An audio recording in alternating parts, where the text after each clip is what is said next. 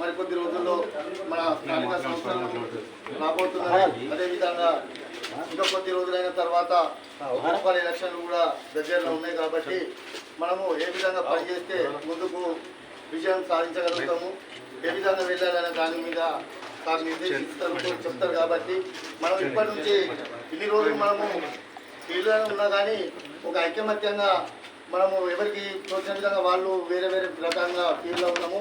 ఇప్పుడు ఈ కాడికి అందరం ఏ పని మీద అయినా కానీ ఏ సబ్జెక్టు మీద అయినా కానీ మనము ప్రభుత్వం మీద పోరాడడానికి అందరం కలిసికట్టుగా ఫైట్ చేస్తే బాగుంటుంది. కాబట్టి మన పట్టణ కమిటీ కానీ మన లోకల్లో ఉన్న మండల కమిటీ ఆధ్వర్యంలో కానీ నియోజకవర్గ పెద్దలు కూడా మనకు కాందారులో ఉంటారు. కాబట్టి వాళ్ళ అడుగుజాడల్లో మనం అందరం కూడా కలిసి ఇక ముందు నుంచి అందరం కలిసికట్టుగా పనిచేయాలని కోరుకుంటూ, మరియు రేపటి కార్యక్రమం గురించి కూడా కొన్ని చెప్పాల్సి ఉంటుంది.